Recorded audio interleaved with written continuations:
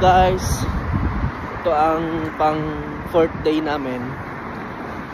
Lalakad kami punta sa Crumlin Road. Tingnan natin kung anong meron doon. Yan, naglalakad kami kasi sumobra ang bus namin. Hindi namin napansin, nakalagpas na pala kami sa stop. Nandito tayo sa Crumlin Road. Diyan tayo pupunta. Tignan nyo ito guys, sobrang old.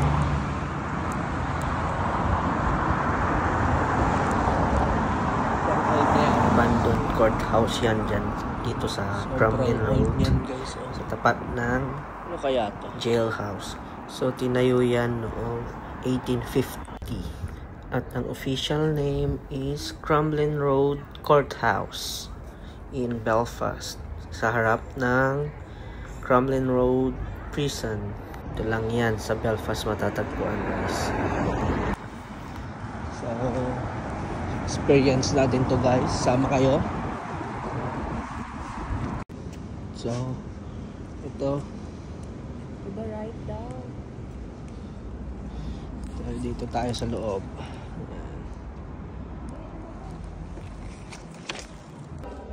So ito yung mapa natin.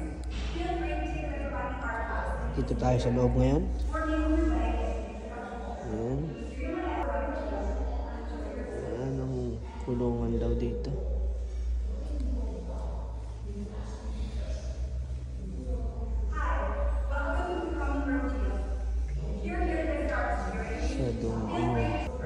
So yan. Uso din palang arenola dito. Ito naman ang iron nila. Sabon o razor nila. Yan, mga bayang pa sila. So ito, yan, basahin nyo na lang guys.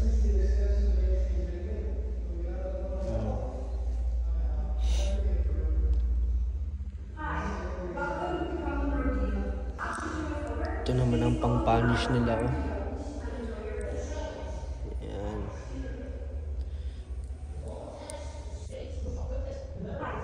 Ayan. Tingnan ang 1854 to 1884. So, tingnan ang 1885 to 1906. Ayan. Mga belt nila, mga lock. Grabe luma o. Walang luma rin.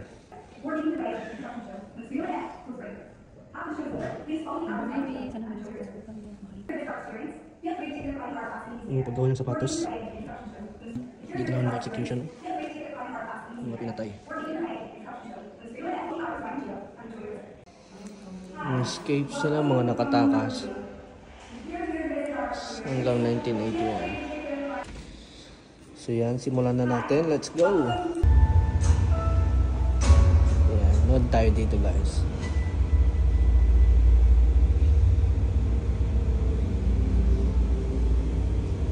Stand for Lord Chief Justice Matthews. So para maintindihan natin guys, panoorin natin to. At pwede mo ring skip kung boring sa'yo. Napaboringan ka dito, pwede skip ka. Okay. I'm sure we can address your petty crimes and find a suitable punishment for you all. When Crumlin Road Jail was opened in 1946, it was not thought that we would still be dealing with criminals to this day. And did you know that this majestic site in North Belfast was built to replace the old Ancram Jail in Carrickfergus? For 106 prisoners off that jail were marched here in chains. 6 of them were lunatics. Some things never change. Now, before I start, I don't want to hear mobile phones in my court. You won't be needing them where you are going. I suggest you turn them off immediately.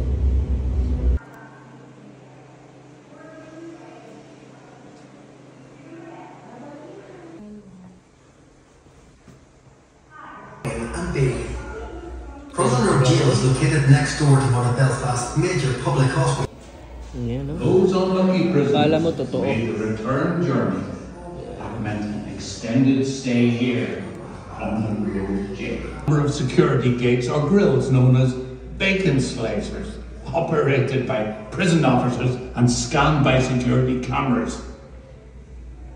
At the end of the tunnel, originally there would have been 2 cells for prisoners to wait in. One for women and one for men. Then, during the Troubles, would have separated Republicans and Loyalists. The tunnel in small groups and placed in the summer area on the courthouse site.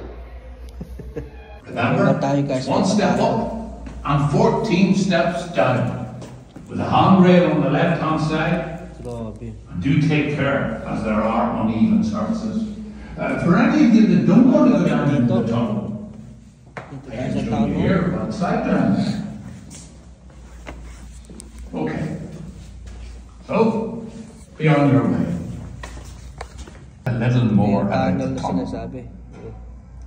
The tunnel itself was built in 1849, to be opened in 1850 to coincide with the opening of the courthouse on the Crumlin Road.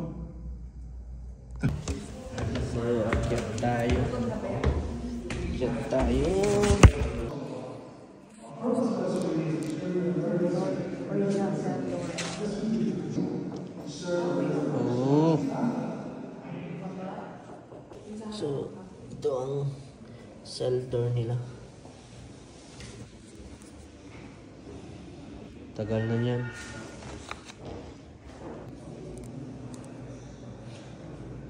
Mga cell nila.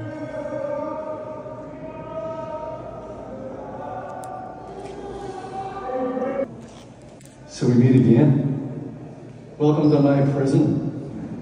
I am the governor here and everyone answers to me, and I mean everyone. So while we're here, let me tell you a little more about my prison, Crumlin Road Jail.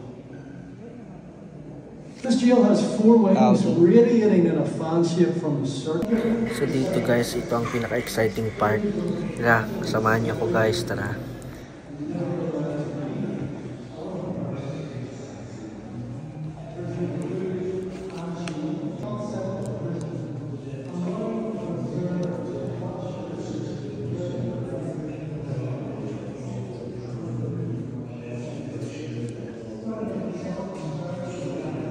Office. Movement officer. Ayan ang office niya. Wala yun. Itong mga parcel daw, parcel. May mga tao pa dito. Kala mo totoong tao nakatayo dun eh. Dito naman ang mga medicals. Tambay ang mga medical officer dito.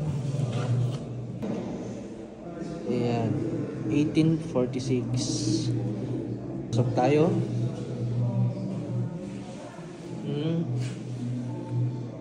Ayan lang oh. Duyan. Ito naman ang sensor officer.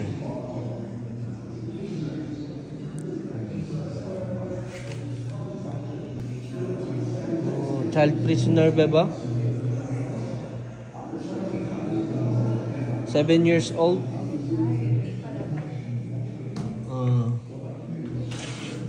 Oh dear. Nakatakot naman dito. The Troubles. So tayo guys.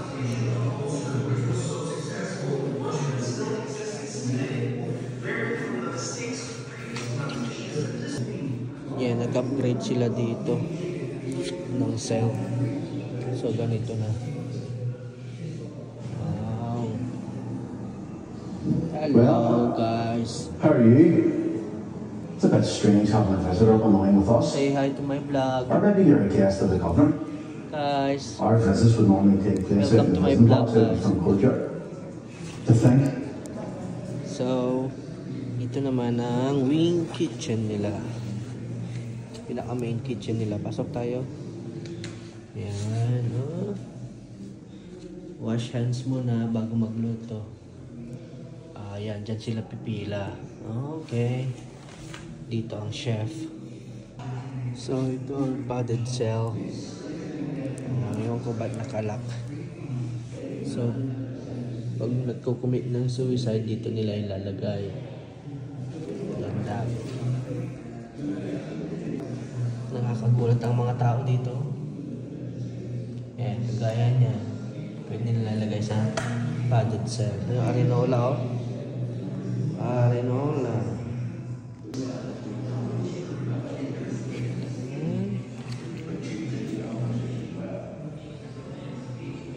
Drawing ng mga ano. Mga kulong. Mga nakulong. Galing nila. So, ito ang shower room nila. 3 lang magsha-shower. At ito ang washroom.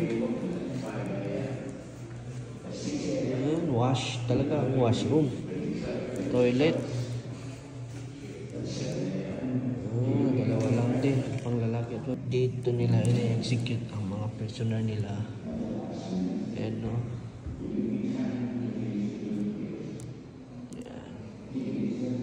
Ayun, tali. So, labas tayo ngayon, guys. Labas tayo. Ito pala. Oh, sobrang lawak pala dito. Pang kidigera. Yan, mga pangkidigera na. Yan.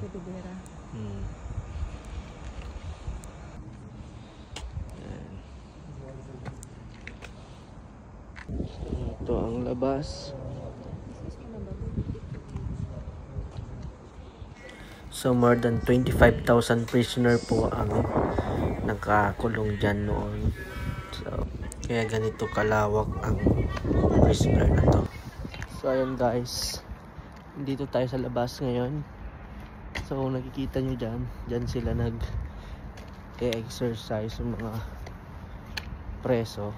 Dyan sila nag-exercise. Yan, sobrang luwang dito guys. Yan. Yan. Sobrang luwang dito.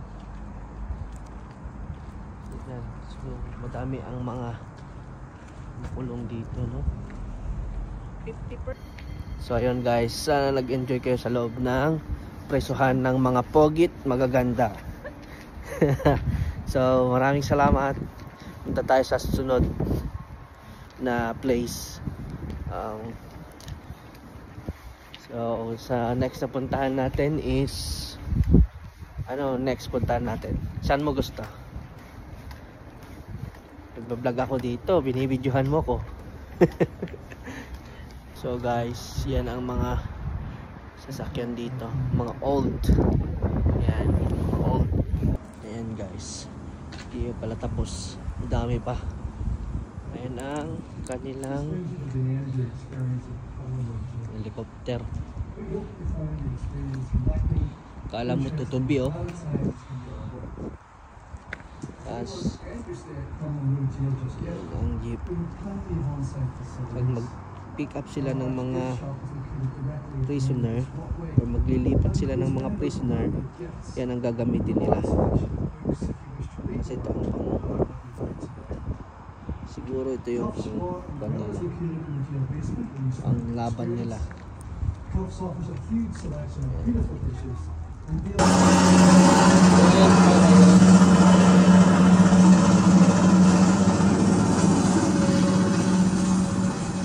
Crumlin Road Jail took delivery of a decommissioned Westland Wessex helicopter from RAF Aldergrove. The Wessex XR 529 Echo was first put into operation in 1963. It is 65 feet long, 15 feet. So ayan, yan yung sinasabi ko kanina na pang pick up nila. Sobrang luma na. Sobrang luma, hindi pa flat ang tire. Sobrang bago ang tire. Goodyear pa. Ayan, experience natin ngayon ang Crumlin Road Golf. So ang next na puntahan namin is ang Belfast Castle. So kita-kits tayo doon guys. Alright. Pero kain muna tayo guys kasi gutom na ang tiyan ko at ang aking kasama ay gutom na rin. Alright, let's go. So ito ang next nating pupuntahan guys. Mga pupuntahan natin ay mga castle. Alright guys, maraming salamat sa pagsuporta. Sana panoorin nyo ang aking susunod na video. Thank you! Please like and share and subscribe to my channel guys. Salamat! See you sa next vlog!